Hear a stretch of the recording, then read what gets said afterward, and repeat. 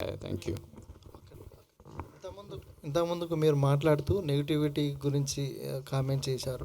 So family star విషయంలో బాగా negativity trolling జరిగింది. సో దాని తాలూకు మీలో డిస్కషన్ ఏంటి? కేసు కూడా ఫైల్ చేశారు, దాని రిజల్ట్ ఏంటి? కేసు అనురాగ్ గారు ఫైల్ చేసింది. Anurag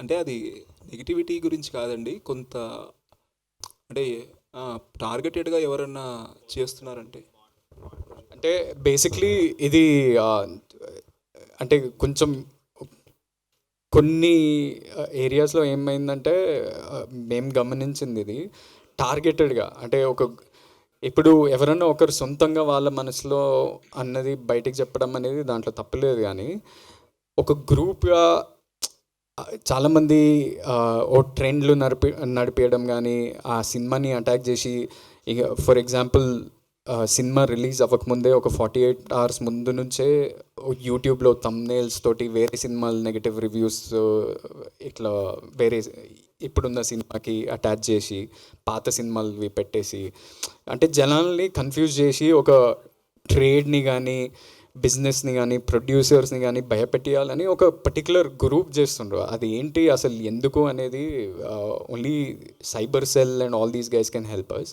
this is not about cinema చూసి మీరు నెగిటివ్గా మాట్లాడద్దు అనేది కాదు. అది మనకి that we have complete freedom of right to speak about a particular film.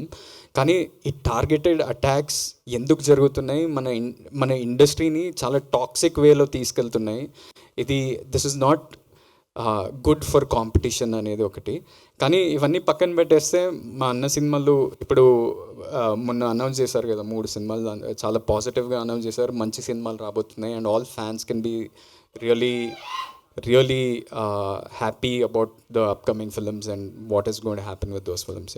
ఈ టార్గెట్ చేసే వాళ్ళు ఇండస్ట్రీ వాళ్ళ బయట నుంచి జరుగుతుందా ఇది? మనకు తెలిస్తే అంటే మీ అబ్జర్వేషన్, పోలీసు వాళ్ళ దగ్గరికి ఎందుకు వెళ్తాం, మనకు తెలిసే అవన్నీ. యా, థ్యాంక్ యూ అండి, థ్యాంక్ యూ సో మచ్.